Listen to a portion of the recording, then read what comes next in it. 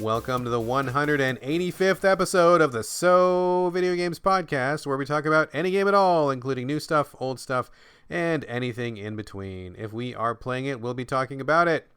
Today we are recording on June 10th, 2020. My name is Brad Galloway. I am the editor of GameCritics.com, and I am 50% of this here show. With me is co-host and my salty sous chef, Carlos Rodella. Oh, yes. Would you like some side of couscous, sir?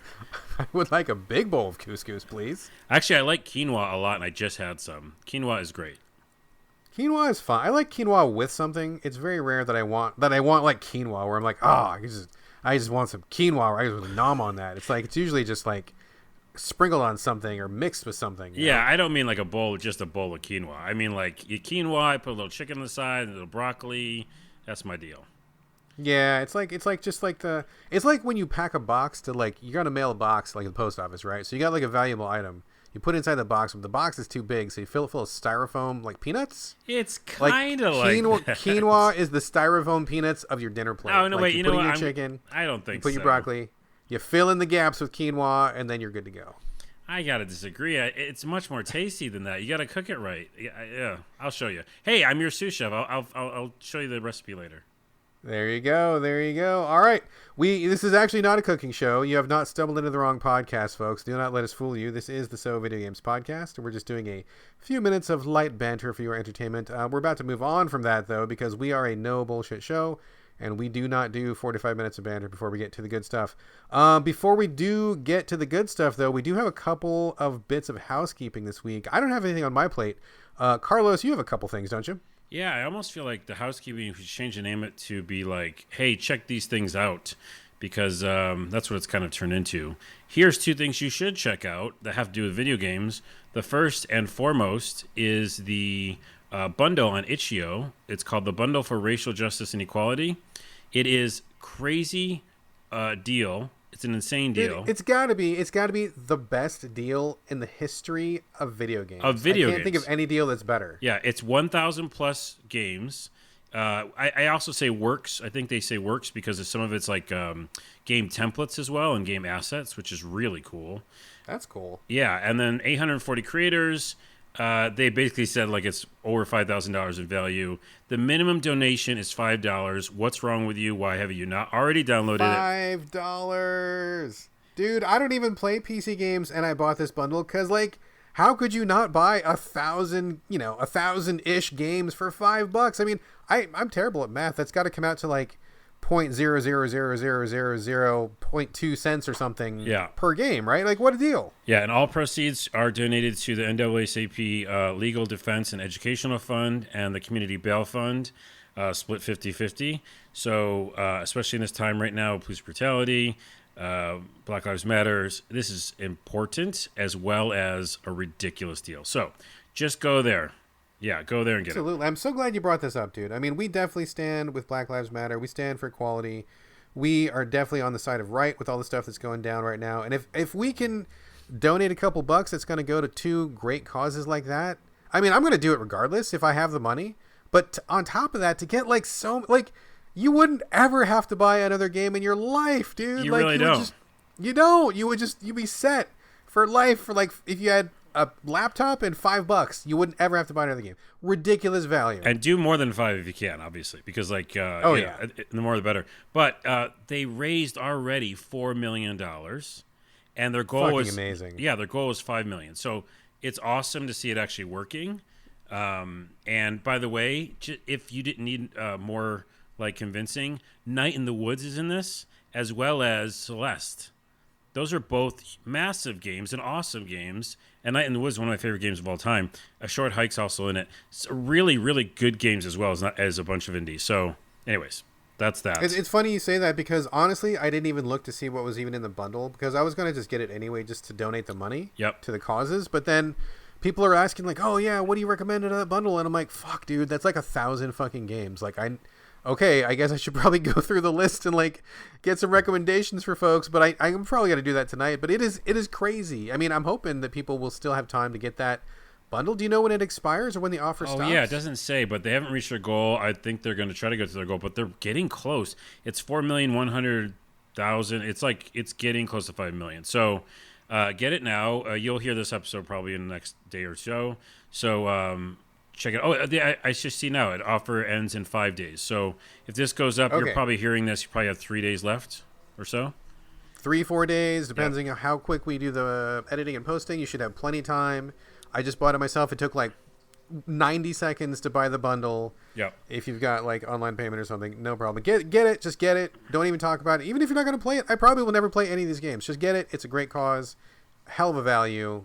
You'd be really weird not to do it. Before we move on, what you said is actually a pretty good deal, a pretty good idea. I mean, is to mention some of the games that you should check out because it is a daunting task to look at all of them.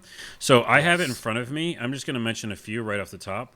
Okay, cool. Because I'm just going to scroll and I know all games, weirdly enough. So Night in the Woods, Celeste, both those are incredible. Short Hike is also very good. That's good. Minit is really, really fun. Minit's been on consoles. Yeah, very good. 2064 Read-Only Memories. That's a good kind of interesting story one. Democratic Socialism Simulator, the game that I recommended on this show. I remember that. Is in there. Catlateral Damage is really ridiculous and fun. Oh my goodness, there is a lot of good games. I will, you know what, I tell you what, folks, I will, maybe if you got time also, Carlos, I'll go through this list, like, after we get done with this show, and I'll pick out, like, 20 or 30 ones that I feel like are really worth it. Carlos, if you want to pick out a couple, maybe 20, 30, or if you got time, or maybe less than that, whatever. Okay. I'll post them in the show notes. Like, I know we say it, and we never do it, but I will do it tonight.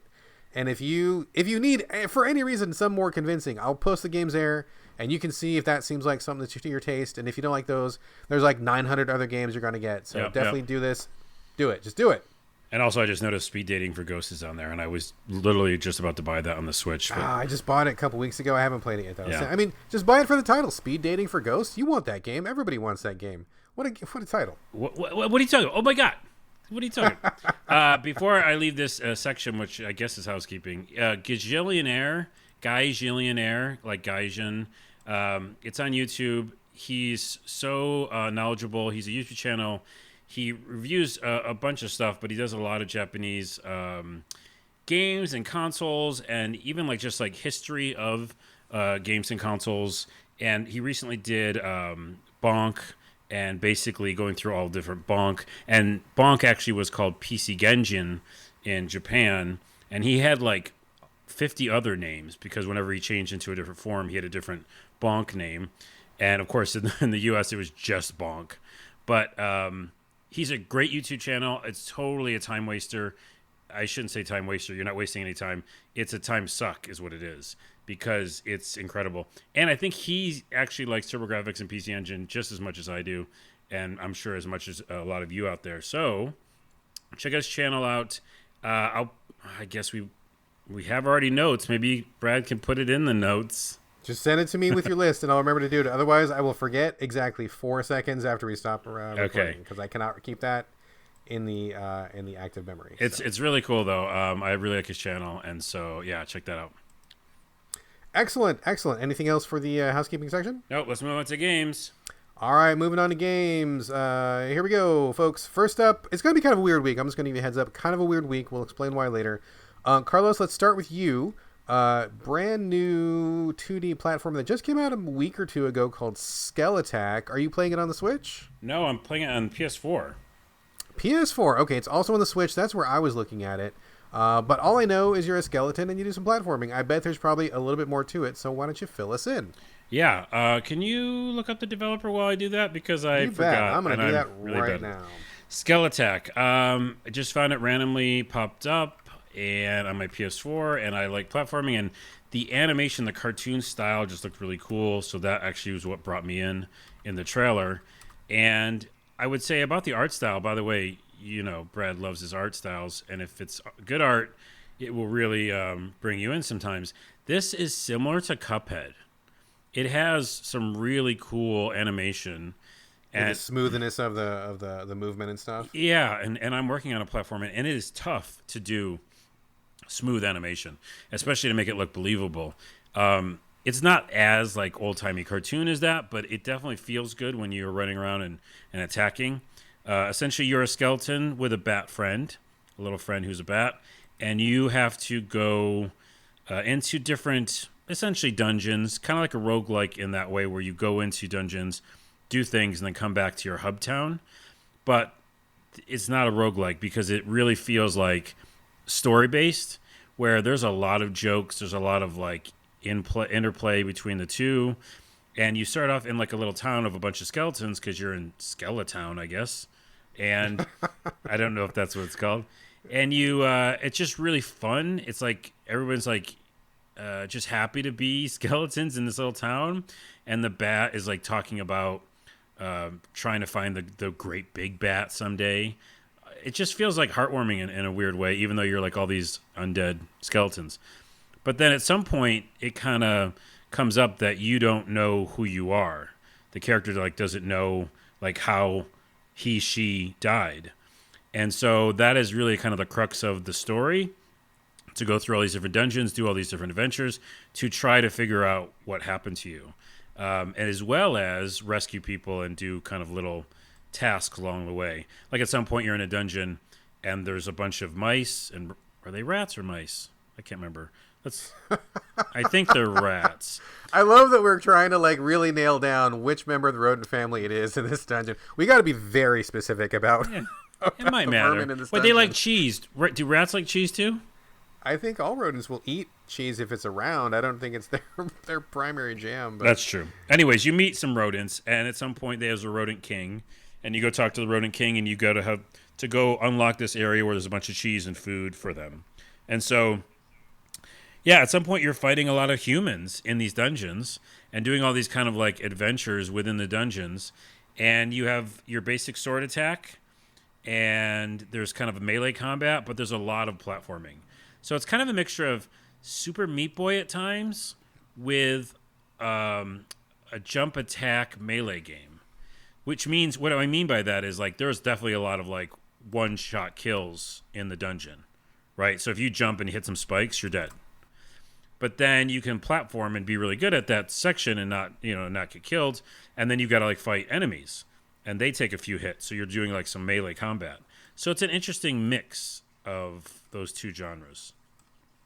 Let me ask you, man. So I was, by the way, the developer is Ukuza, Ukuza, and I think they have a deal with, I want to say Konami. Yeah, Konami for publishing, which is weird because Konami is kind of a weird thing right now. But anyway, so I almost bought this just because it looks really cute. Like you were correct. I mean, I'm definitely a sucker for a good art style. Good art will go a long way with me. But as I was looking at this, it looked real cute, but I paused. I did not actually pull the trigger on this one because I just wasn't sure like what the hook of gameplay is. Now, I hear you say like there's, melee combat, which I mean, every game has melee combat. There's platforming. There's a million platformers. Is there anything about the gameplay of Skelattack, not story related, but just gameplay that makes it stand out? Is there a gimmick to it? Can he throw a skull? Does he transform into things made out of bones? Does his does he fly around in his bat? I mean, is there some hook to the gameplay? Yeah, there definitely is like upgrades. You can do upgrades, and then the bat itself comes into play where there's levels where the bat will fly you around, but you have to control that, and it turns into Flappy Bird, which I don't like that part. Oh man, okay, that just brought me down a couple degrees. Well, at time, not like the levels all like that, but you're in a dungeon, so like there might be one section where you've got like wind is blowing, and you're like trying to work against it and not get one-shotted by the spikes or something. So that section was my favorite, but I don't. Here's my only hook for it. It's pretty difficult, and I'm not a big fan of like super hard games where I'm dying a bunch of times. Secondly, the difficultness, like a Meat Boy, is the pro is that you just start right away, right? So if you die, you immediately start right away from a checkpoint, which is really close by. So there's not a lot of penalty for dying, and you're not like going back all the way to the hub town, and you're not losing progress. So that helps, right? Because even though it's really difficult, you just start right from where you died. And thirdly, to really answer your question, and why I'm still playing it, even though it's difficult, is because it's a story. The story is, and the art style mixed with the story is why I'm playing it. I'm interested to see where this character comes from. I like the jokes. So there's definitely like, yeah, a lot of dialogue and a lot of like jokes with different characters that you meet. So that's what brings me through. Similar to Celeste, which we just mentioned on the bundle that you can buy. Celeste is a good platformer where you die a lot, and it has that Meat Boy kind of feel where you're definitely dying a lot. But I don't play Celeste for that. I actually played Celeste to get to the really interesting story bits. So that's how I'm treating this. I'm almost treating it like a Celeste where, I like the gameplay and it's fun. But when I get frustrated, I think about like, well, let me just get past this one next section because then I'll get to some funny dialogue. Okay, that's fair. All right, I'm going to keep my eye on this one. I don't know that that's necessarily enough to win me over right now because there's a lot of competition for my time at the moment. For you, I don't think so because I know you're like a mechanics guy too. Like I feel like you would like it more if it was more, yeah, like you said, something different about it. But at the end of the day, it's like don't get hit by spikes and like attack things. Yeah, I don't know if that's enough, but God, it sure looks cute. Like I'm really tempted, but I think I'm going to wait for a sale. In fact, Nintendo, speaking of sales, has a huge summer sale right now, so I'll check to see if maybe this is on the summer sale. A lot of stuff is half off or more, so I will go check that out. But all right, thank you for the props on Skelattack. I'll keep an eye on it. Yeah, I enjoy it, and I'm going to keep playing it because of the story. Excellent. Okay, I'm going to do just kind of a rapid fire rotation through a bunch of games that, I mean, just up front, none of them really stuck with me. But I played them. I spent some time. I feel like I should bring it to the show so we can talk about them real quickly. I'm just going to do just real quick. Bam, bam, bam. Knock them out. First one is called Evans Remains. This is a 2D platformer / visual novel. I can't exactly say what it's about. Not because I'm not trying to spoil anything, just because I don't fully understand. You play a girl who goes to an island, and apparently she's like looking for a scientist or something. But then certain things happen, and then all of a sudden you're not really sure of who you are anymore. So the story is kind of like me describing it to you just now is kind of more interesting than it comes off in the game because I lost interest in the story pretty quickly. And the gameplay side of it, it's just a series of these puzzles, and there's only one kind of puzzle so far. I didn't get too far in the game, maybe 1 or 2 hours. But it's the kind of puzzle where it's platforming, but every time you touch a platform, it disappears. And then there's a switch to rotate which platforms appear first. So you have to figure out, okay, which platform do I want to have be there first? And then when I jump on this platform, it's going to disappear. So where do I need to go to next? And so you have to kind of think like 2 or 3 steps ahead before you actually do the platforming. And if you did it correctly, you'll be able to make it to the other side of the level. And if you did not do it correctly, then you just start over. There's no like death or anything. It's just start over. No real penalty. But I got real tired of those puzzles. I don't like those kind of puzzles very much. And there wasn't anything else to really break it up. And although the pixel art was pretty cute, the story wasn't interesting enough to me either. So with gameplay that wasn't too great and a story that didn't hook me, I bailed on it pretty quickly. But I really do think the art is cute. And, maybe if somebody really likes that kind of puzzle, they will jam on it. But for me, I bailed on that one pretty quickly. Next one is not necessarily a dismissal, but like a frustration. It's called Help Will Come Tomorrow. It is a narrative survival resource management game where you play 4 people who get dumped off a train in the middle of Siberia in the wintertime. And it's 4 people huddled around a campfire trying to survive. It's really interesting in terms of mechanics because it takes into account the political leanings of each person, their socioeconomic level, personality quirks, and then like whenever you're trying to survive, it rates you on like what are you doing with the resources you have. If you're very efficient with them, then you get a higher rating. If you fuck around and you burn stuff that you weren't supposed to burn and you break stuff, then you get a lower rating. So it has all these like little triggers that you kind of like have to factor in, and you try to get the people to agree with each other and cooperate while also surviving, looking for more resources and hoping for the help that will theoretically come tomorrow, but apparently it never does. So really interesting, but the problem is I bought it on Switch. It's also on Xbox, PS4, and PC. Bought it on Switch because I felt like, okay, resource management sim, a lot of talking. I'm probably going to want to like sit on the couch for this, like with a blanket or like when I'm in bed or something. It seems pretty chill. Got it on Switch, and the text is so small, dude. I can't read it. I want to read it. I'm really interested in this game. It's so small. I almost was going to get like a magnifying glass out just so I could keep playing it. Yeah, it's pretty bad. And there's like lots of like UI and text elements where it's like, oh, you got to lock your status bar and who's hungry and who's thirsty and what do you got resource wise, how many twigs do you have, how many berries do you have.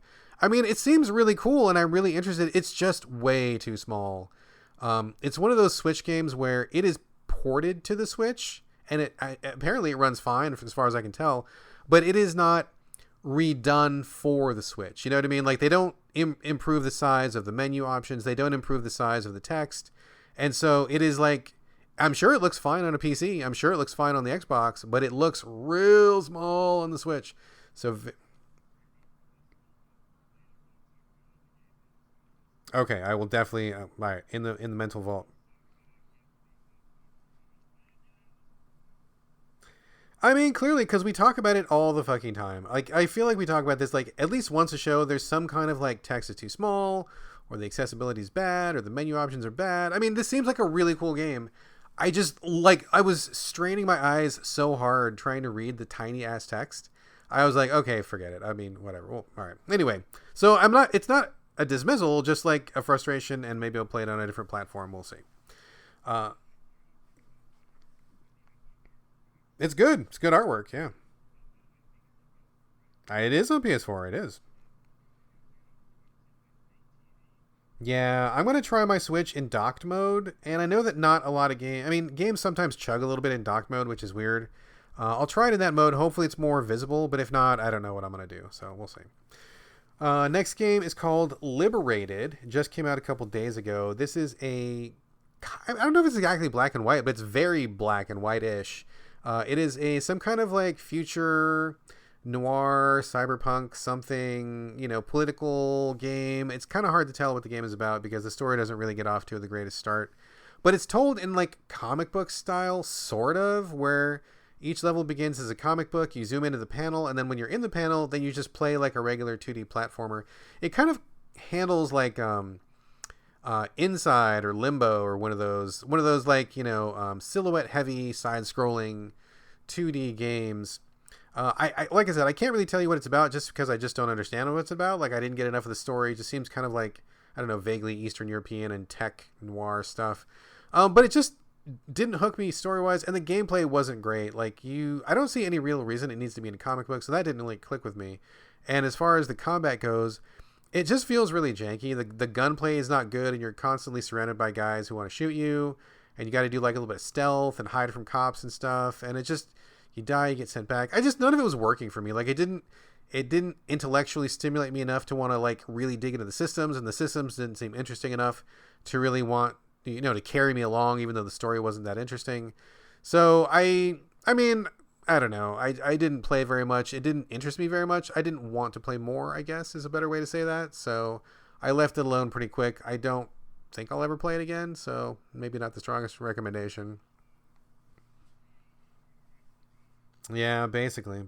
I got one final one to talk about. I'm going to turn it back over to you. This one is called Depth of Extinction. This was originally on PC, just got ported to the Switch. I think it's on other platforms as well. It looks like a really low rent version of a 2D XCOM or something, like the original XCOM, not the new XCOM that everybody likes, but like the one that was on like PS1 back in the day, or the original PC. Everybody is just really kind of this really skinny pixel person with not enough personality to them. The levels are pretty drab and kind of samey, and the UI is pretty bad, and the systems are just not very smooth, not very intuitive.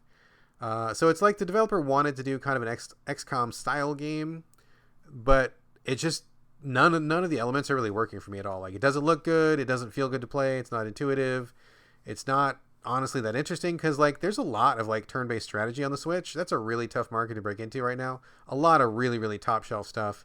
And as I was playing this, I was like, it just feels like a really janky PC game that I would probably buy for like $3 on sale because I like the cover art, and I would play it for 5 minutes and never play it again.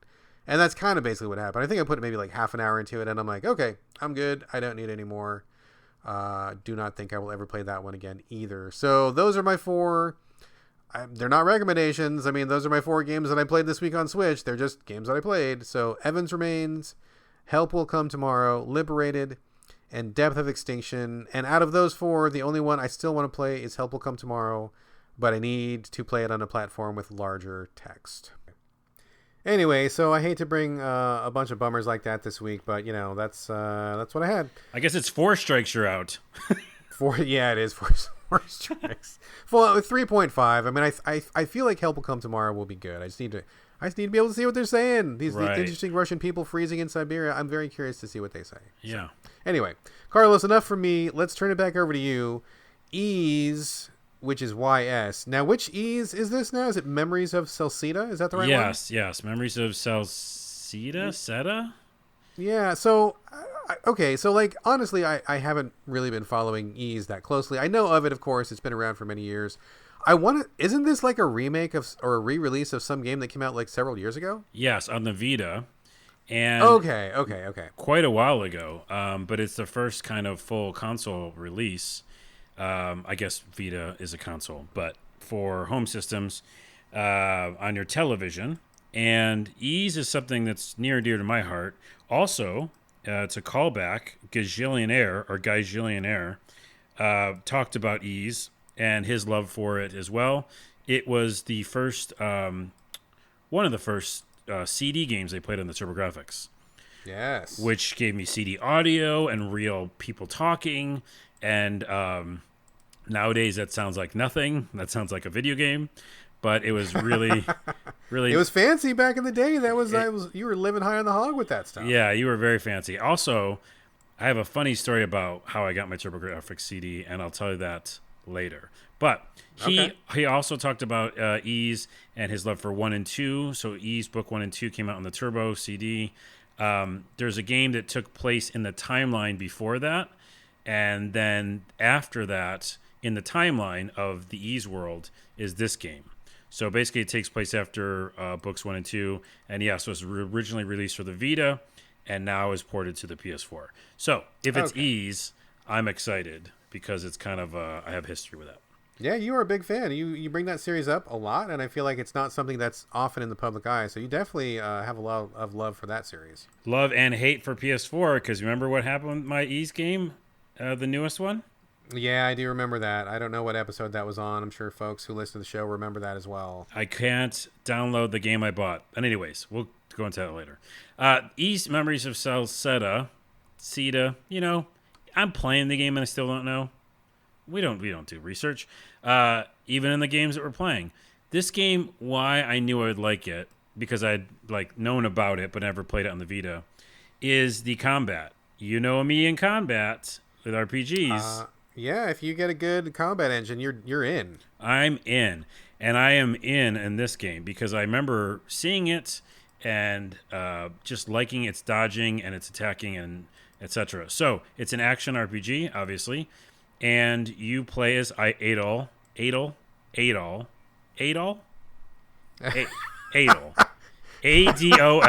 Adol. Say it like 9 more times and maybe we'll figure it out. Adol. It's Adol. It's definitely Adol. Christian. Which is interesting. Anyways, he's the main star. Anyway. He's the main star of most of the games. And he just came off a bender with Ease 1 and 2. And kind of doesn't know who he is anymore. He's literally has amnesia and just stumbles into a town. And in that town, which is your hub town, you're going to, do the basic RPG stuff. Now, the difference of this game is you go out into this forest. It's called the Great Forest. And your whole goal for the game is to map the forest, which is really interesting mechanic so you go into a field where you'd find monsters and get treasure chests, etc., and do missions, but then you'd come back and you'd have a portion of the map mapped out. And you're basically doing that for the town or the kingdom, somebody. And it's kind of an important thing to do because this forest is full of mystery and magic, etc., and they need to know what's going on in there. And I think there's a tower at the end of it or something. But it's just interesting because that's the story where you have a hub town and you're going out into this forest to do these adventures and then coming back home. Now, the combat, again, is super fun. The dodge mechanic, which is my favorite thing in RPGs I've come to discover, is very good. It's like a little jump. he jumps and sometimes he rolls, but the jump is great. It feels really good. And all the attacks feel really good. There's special attacks. There's regular attacks. There's that combo thing when you fill up a meter. All the RPG tropes. And the upgrading seems normal. Nothing like crazy. But there is a little bit of almost Final Fantasy-esque, like reinforcing your weapons thing. Where, in Final Fantasy it's materia. And in this one it's like, take reinforced gems and put it in your sword to make bonuses X. So there's a lot of kind of management with your weapons, which seems fun. And so it's not just like buy new sword. You know what I mean? Like level 28 sword now. You're better than level 27. It's actually like a little bit more investment in that. So that's the game. It's Hubtown. Go out and explore, which I like that element a lot. And literally map on a map different areas. And then do, a million side quests. Fight a million monsters. And it is that perfect thing that, like, Trials, not Trials. Oh my goodness, why am I blanking on it? The game that I love the most, the rolling and the combat. Trials of Mana that you just played? Trials of Mana. It is a Trials game. It is a Trials game, just not the one that you're thinking of, not the one with the dirt Trails bikes. of Cold Nice. I was thinking of Trails of Cold Steel. Trials of Mana is that same thing where, like, because it's just so fun to do the combat, that's what keeps me. And, you're not going to win any awards for story, all right? It's an old school RPG, basic stuff. But the combat's super fun. It's just super fucking fun. And even the first boss that you encounter, it takes a while, but you never feel like you're screwed. You feel like you've got a chance because, I think that's what good melee combat does. You always feel like you have a good chance. And if you fucked up, it's your fault. And that's how it works. Like, I got to the boss and I was like, I'm a little underpowered, but I'm going to roll. I'm going to attack. I'm going to try, to use my maneuverability and beat him. And I did. So I'm all in. I really, really like it. And I was going to say something else and I forgot. I remember. Have you, where are you with the E's? You don't care for the E's, right? Or you don't? I mean, I've played a handful of them over the years. I mean, I think the first one I ever played, I want to say, wasn't there? There was one on TurboGrafx 16, wasn't there? There was. I'm pretty sure there was. Well, that's the one I was talking about, the E's Book 1 and 2. Okay, Book 1 and 2. So I did play some of those back in the day. Not my favorite. I've played... It's like I couldn't tell you, like, any of the titles or, like, any really thing about them, because when I think of the E's series, the first thing I think of is, like, back in the day where the combat was the kind of combat where you just bump into someone. I know. They didn't have like fighting mechanics back then. So like your little dude had a sword and he held it out in front of him statically, and then you would just bump into somebody. And I thought that was terrible combat, and I really didn't like it very much at all. So I didn't click with it. And since that time, every time an Ease game comes out, I look at it, and like no disrespect to you or to anybody else, I just like they just seem like super generic JRPG action games, and like nothing about them stands out to me. The art is kind of like par for the course, and the combat all seems like... I watched the video and I'm like, okay, that looks like a dozen other games. Like nothing about the E series. The story, I've never heard anything really great about the stories, and so they just seem like one of those like random cheeseburger games where it's like you like a cheeseburger, if there's one in front of you, you'll eat it, but you won't like take a date out for a cheeseburger. You won't like call your mom up and say you had a wonderful cheeseburger. Wow. It's just like, you'll just be like, oh yeah, here's a cheeseburger. Nom nom nom, eat it. Okay, now I forgot the cheeseburger. Moving on. You know what I mean? I have many things to say. One, you can go out on a date and have burgers. That's like a great date. That sounds like a great date to me. I mean, potentially, but like, I don't, it wouldn't be like your first thing if it was a fancy date or something. It's not something that's like super memorable, Well, then that proves my other point. Not everything has to be fancy. Yeah, no, totally. I mean, that's what I mean. Like, cheeseburgers are great. And right. You have one, but it's not like... Okay. It's just like filler, you know what I mean? You're not wrong. So I'm going to agree and disagree. So because, well, here's the thing. Remember, like, I liked Trials of Mana because it was basic. And I said that in my review. I loved it. I beat it. I mean, you have to like a game enough to, like, go through how many hours that was. But it's just a different type of thing. It's a different type of thing that fills something else up, And so, well, like the Ease games, I'll say it is similar to that. Like, first off, you're totally right about the combat in 1 and 2. It was not good. But what's interesting is I was okay with it because I came from the world of Ultima. And Ultima 1 and 2, I think, and even 3, you just bumped up against enemies. And so it actually made sense to me. I was like, oh yeah, that's how a lot of PC RPGs are. But it's terrible. Fine, that's right. But I would say that, interestingly, just kind of like Final Fantasy, a lot of the Ys games are just different. Like, Ys Origin is totally different. There's one that's just a tower. I forgot what game that is. Yeah. Right? You just... No, that's true. Yeah, it's like one of those series that they keep the name, but they kind of do different things with each game, and they're not always like direct sequels, and kind of like Final Fantasy in that respect, where there's kind of some themes, but like each game is a little bit different. And yeah, I totally get it. Like I don't dislike it. I just look at it and I'm like, it just doesn't hook me. Nothing about it seems interesting enough. And I would say that the same thing with Ys 8, which again I will get again at some point and finish. But I was having a great time with it because it was similar to Trials. It was like, okay, yeah, this is fine. This is relaxing and good. And that's why I'll probably finish Ys Memories of Celceta, because it's just fun to play. And I do like the map element. Again, that's different. The one's a tower, one's a mapping of an area. They're just so different. So big thumbs up for me. And if you like action RPGs that are simple and that are cheeseburgers, then this is the cheeseburger for you. And they're not bad. I mean, I love a good cheeseburger every now and again, But ironically, it is what it is. What it is. I've said cheeseburger enough, but ironically, I do not like cheese on my hamburger at all. Oh, okay, interesting. It freaks me out. We'll dive into that. Yeah. Really? You are alarmed by cheese on your burger? Oh, no. It makes me... I'm just thinking of it right now, and it makes me really upset. Like, they would give it to me sometimes, because they always... By the way, people assume that you just want a cheeseburger. If you order any burger, they're like, they're blah, blah, blah, and then I have to go, no cheese. And they're like, what? You don't want cheese on your hamburger? It comes with it if you want it.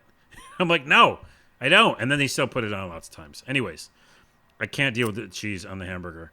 Hey, this sounds like an entirely separate podcast discussion that we need to have sometime. Tell me where the cheese touched you, Carlos. Where did the cheese it touched my fingers as I was pushing it off the fucking hamburger. That's where it touched me. And I didn't like it, and I can still sense the feeling of it.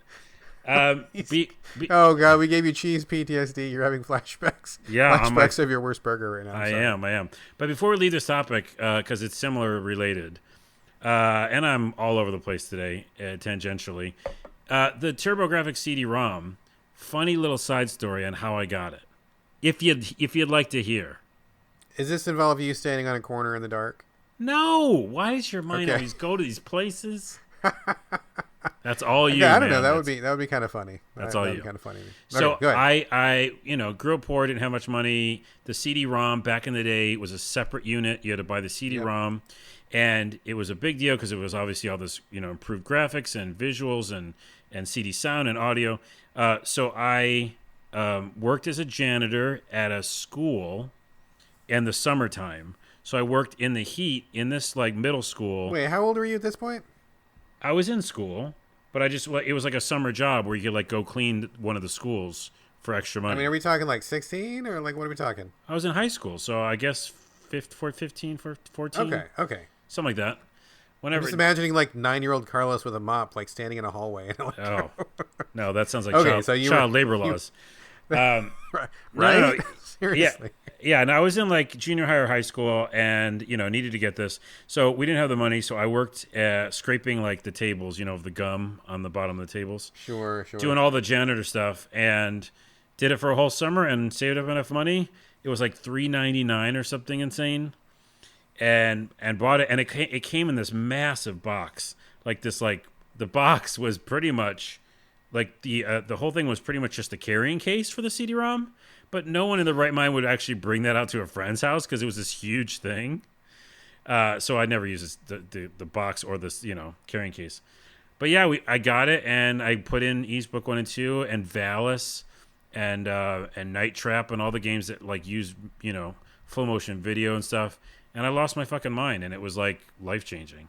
So pretty good stuff back in the day. I was not rich enough to ever get the CD-ROM. I did not have a job and enough money at that time. I wanted it. I would have bought it. I had the base TurboGrafx, and I really, really wanted the CD thing. I could never swing it. But I did have a friend who had it, and they brought it over once in a while. So I got to experience some of the games, whenever that friend was available for like a Friday night sleepover during high school or something. But Wait, I never owned one, sadly. that means a friend used the case that I didn't use. God, I don't remember them actually. No, I think they just brought it over like in a brown paper bag or something. I don't think. I don't think crazy. they brought the case. It came with it. Like it was. It was I don't most of the remember box. No, I don't remember the case. I don't think they brought it. I'm saying NEC, you did a stupid job. You made a huge box for no reason. No one used your damn carrying case. They should have just put the unit in there. Anyways. Agreed. Anyway. Moving on. Memories. Okay. Moving on. So, folks, I wish that I had more to talk about this week. I know I talked about those 4 Switch games, and that was kind of unsatisfying for me, probably for you also. I apologize. I wish that I had more to say, but I can't this week. I'm actually hip deep in a really good game, which is currently under embargo. It's got to be guaranteed one of my top 10 for the year. It's a lock. It is a lock. It's gonna be in my top 10. So it's worth playing. It's worth talking about. I really want to talk about it with you, the listening audience, because I love you so much. But unfortunately, I am 2 days away from being able to talk about it, so I cannot say what it is. But that's why I don't have anything else to talk about, is because I've been putting all my time in this embargo game, which I cannot share with you right now. But next episode, definitely we'll talk about it. You'll definitely want to hear about this. It's a great game. I love it so much, and it is good stuff. In the meantime, I will just give one more shout out to the other game that is taking up a lot of my time right now, Nioh 2, which I talked about last week. Still making daily progress in Nioh 2. Still loving it. Definitely gets easier as it goes on. It starts off a little bit tough, but once you figure out the systems, you unlock a couple powers. Definitely easier as it goes on. Very reasonable difficulty curve. It's not like you're not going to fall asleep playing this game, because you can still get killed in like 2 or 3 hits if you're not careful. But it's not like brutal the way that some Souls game are. It's definitely not as brutal as like something like Bloodborne or something. So it's great curve, great graphics, great systems. I just keep unlocking more stuff as I go. I keep getting more and more options, and I just love it. Got these cool new powers that I'm excited to try, and I just keep doing level after level, and I'm just really, really having a good time with it.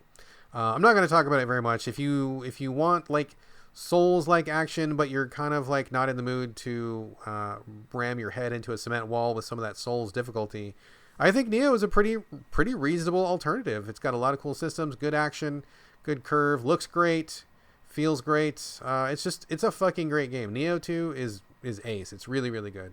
But for people like me who can't deal with even regular Souls games, still stay away. Yeah, it's not for everybody. I mean, it's a Souls-like, and if you're up for that, this is a great one. If you don't like those games, this one will not win you over. So I'm not saying this as a means to like convert anybody, but yeah, if you want a Souls-like and you don't want FromSoft stuff, and there's a lot of like really bad one-off stuff coming from Eastern Europe, which I think is pretty crappy. Stay away from some of those, but Nioh 2 is absolutely worth the cash. Love it. I'm loving Nioh 2. It's really, really good. Cool. So that's it for this week's check-in on Nioh 2. Probably won't talk about it again, and you can find out what the embargo game is next week, because that's going to be pretty amazing to talk about. And that's all I got this week, man. I wish I had more. I don't have anything else, unfortunately. I have one more thing. Let's go to you for the final bit of the show, our revisit to the Wasteland. Let's do a quick check-in with Carlos' adventures in Fallout 76. Ooh, I feel like that's a perfect setup for some music right there. That was like, and I just saw something happen there. Do I have to do that in post now? Maybe. I mean, I guess you kind of talked about it. Otherwise, you could just leave your little voice track in there, and that might be good enough. But that was such a good setup to be like, let's check in on the Wasteland, and yeah. A little, man. Get a little gunshot, a little guitar twang or something in there. I know. This episode will never come out. This is going to be in the editing bay for a long time. Yeah, I mean, I have a love-hate relationship full on now with Fallout 76. Full on love and hate. And love usually wins out. I usually go back to it because it's still, at the end of the day, a Fallout game. It feels like Fallout 4. If you liked Fallout 4 at all and you wanted more of it, this game has 1 million quests. And you can be in a world where you're leveling up and getting new items and just scavenging around and stuff. And yeah, and the Wastelanders DLC, I've actually moved forward. I'm pretty far in it. Like, I'm about to do something big, which I can't talk about because it's all spoilery. But specifically to the DLC, not Fallout 76 in general. Fallout 76 DLC, I'm about to do something big, and yeah, I don't want to spoil that. That is Okay. that is easily, over 10 hours of content. I think I'm in my 8th hour right now of it, and I feel like there's so much more to go. So the hate just comes in when, and this is, I might have mentioned before, but this is fucked up. So I'm going to do some of the DLC, right, and having a great time, and it levels to you. Like the world really kind of most of the time levels to you with the enemies that it provides you. But every once in a while, like I mentioned last episode, I think, like a level 50 thing will just show up and kill you. Well, I think I figured out why that's happening. The fucking enemies show up because high level people are around. So if there's a like high other players, yes, because remember there are about 8 or 9 or 10 even people on your map at all times. right, per instance, right? And you don't have to see them, but they're like in your world with you somewhere, right? Right. And lots of times, you might bump into them, but like it is a pretty big world, so there's chances you won't. But they'll hang around places like, guess what Carlos is doing? The DLC. So I get to a big tower where up until now I've been taking out level 10 and 15 enemies. I get there and all the enemies guarding this door to get into said DLC, next steps are level 40 and 50. And so they just start murdering me because there was a dude in there or dudette and they were fucking like level 100 or something. Interesting. I knew that was, an instance with like multiple characters, and it wasn't like an MMO specifically, but that there were other people in your instance. I guess I didn't realize that would be a problem. This really reminds me of like Fortnite. I'm not playing very much Fortnite right now, but when I did play Fortnite, whenever they would put out the new challenges, it would inevitably, like every Fortnite player in the world would be really super concentrated to do those 2 challenges. So like, let's say for example, you got to go to the northwest corner of the map to do some challenge over there. Ordinarily it's a ghost town, but then like during that challenge, it's like full of fucking people and it's like way harder than it would be. Sounds exactly like it was happening with 76 here, where I guess maybe they didn't take into account that people would be unusually concentrated in a specific area, and that instance is getting fucked up for people who are not as high level. Interesting. I wonder if Bethesda is going to do anything about that, or if they're going to just let it ride. Yeah, I don't know technically how you fix that. If you've like built your system to like, level around that kind of thing. That's what I've always been much more of a fan of. I hate like scaling enemy values. Yeah. I'd much rather have it, which a lot of RPGs have it, like, hey, like you said, in this northwest corner of the map, there's fucking demons. They're like level 25 or whatever. You can't fuck with them. But if you're over here, there's like a bunch of sheep, and like, I was going to say something there. Or certain people that follow certain things. Anyways. So like, I like that idea better, but this idea obviously can get broken. So what did I do is I just left the server, waited a little while, came back, got a new instance, and then, they weren't influencing that area anymore. Okay. And with that, I was able to get, further into the DLC, because then they level to you, which is not, terribly bad. So that's my thing. I really love going back in there. Every once in a while, I get fucked up by that leveling. And I mean, there's people that are level like 120 something, and I'm like, how'd you even do that? Like, you must have been playing since it came out, like every single day. Oh, dude. You can pick any game you want on Earth, and whatever game you pick, that is somebody's favorite game, and there is inevitably somebody who plays that game just like for hours a day. Like, it doesn't matter what game it could be. There's always like 1 or 2 people who like, that's their thing. That's all they do. They just plug in and just do it all day long. There's people out there that fit that profile. So yeah. I'm not surprised at all. I mean, I'm sure there's somebody who has like hit the level cap on that and then just keeps playing, starts a new character, keeps playing. I mean, some people just like have that personality, And more power to them. It just but like you said, Bethesda, fix it in some way so that it doesn't like fuck up people. Imagine like you were saying, like going into the game at level 2, and should be able to handle the DLC. And the minute you get to like the 3rd section, like all the enemies are level 40, you'd be like pissed. Yeah, it's a challenge, man. It's a challenge when you do stuff like that and you incorporate other real people. I mean, real people interacting is a challenge all by itself, but then with scaling levels and having people in the instance, like kind of like, you can't assume that they're going to be working together. Like maybe the intent was, the level 100 people will help the level 50 people get through it, or maybe they won't. Like, you can't count on people working together, you know? So that's an interesting design challenge. I'm not qualified to like solve that, but if I was playing it, like you said, I would be pretty pissed off if I bought this DLC and was like, oh man, everybody around here is like 50 levels above my level. This is not fun at all. Like, I could easily imagine getting upset about that. Yeah, to your earlier point, like a point you've made on this podcast before, you would say, I don't care how they fix it. I just know that I'm having a bad time.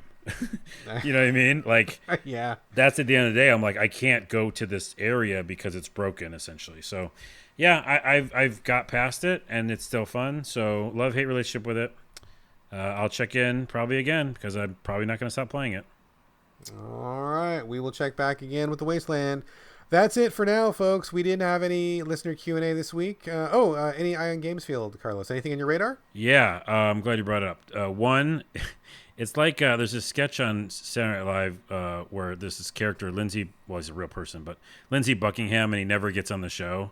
And they're like, all right, we'll get to you next week, Lindsay Buckingham. And he just never gets time to talk. I feel like that's Darksburg. So I apologize to Darksburg. You are the it's Lindsay like a running Buckingham gag at this point, dude. Like, yeah. It is. You're the Lindsay Buckingham of the So Video Games podcast, not in any mean way. So that Carlos didn't cover Darksburg again. Take a drink. My eye is strictly my eye is fully on that game's field. So that's next episode. No, 100%. All right. Secondly, on my Ion Games field, Ministry of Broadcast. Brought up by Defunct Games, and he did a video on it and immediately got me interested in it. So I'm going to buy that on the Switch probably this weekend. It's on sale right now. Oh, is it? Okay, I'll buy it tonight. Yep. And then also, I got a code for the Dread X collection. Oh. Do you know about this? Yeah, I just edited a review. I did not play this because I don't play spooky games, but Dan Weissenberger, one of our resident horror mavens, just reviewed it. The review will be going up pretty soon. He loved it. I think it's 10 games, and he said I think 8 of them were really, really good. 2 of them were maybe not so great, but 8 out of 10 for something like that is a pretty good ratio. Let's see, how much is it? I don't know how much it is because I got the code, but it's not expensive. It's all the games, though, were also made in 7 days. So that's an important thing to notice. And the biggest thing, it's an anthology of like playable teasers inspired by Kojima's PT. Exactly. So that's really cool. I got the code, and I do like spooky games, so I will try it and bring it to the next episode. Great. I hear it's good stuff. I hear it's very good time. It's definitely worth the money and worth the time. So check it out and let us know. Can't wait to hear about it. And I will let you fill me in. I will never play that, but I'm always interested to hear about the horror stuff. So, all right. I am out. I think you are out. I think we are out. I think that's the end of the show. I think that's we're going to leave in a That'd second. be funny if you just like left. You're like, I'd say, okay, cool, Carlos, I'm out, and you finished up the podcast by yourself. I got to be honest, man. I'm a little bit low blood sugar right now because I haven't eaten in a while, and I'm like really focused on getting some food in me. So once we wrap this up, I got to eat. My brain is falling apart. Wrap it up. Sorry, folks. Don't podcast hungry. Don't do that. Okay, here we go. That is it for the show. If you got any questions or comments, please hit us up. So videogamespodcast@gmail.com. Also on Twitter as a show @SoVideoGames. But you can hit us up individually. Carlos, what are you pimping this week? Oh, let me do my SoundCloud page because I'm actually starting to put all my old music up on SoundCloud. And we're on SoundCloud too, by the way. We are. So you can like listen to our podcast there. And also mine is, I'm trying to find my username. It's just soundcloud.com/Peloton. Pallaton. That's Native American for warrior. It's not the gym machine or whatever that has all the commercials. Oh, the fancy Peloton. The rich white people on those overpriced spin bikes or whatever. Yeah. The Peloton. Yeah, different Peloton. Pallaton. Go check out some music. And I just put up a demo called Every Second Counts. Check out that. Excellent. As for me, same as usual. It's my name on Instagram or Twitter. BradGallaway. All A's, no O's. And that's going to do it, folks, for episode 185. Thank you again for joining us on the low blood sugar version of the So Video Games podcast. I will definitely eat before I record next time. But we will be back before you know it. And in the meantime, this is bye from Brad. And bye from Carlos. Yeah, I just said normal. It's always weird when I do that.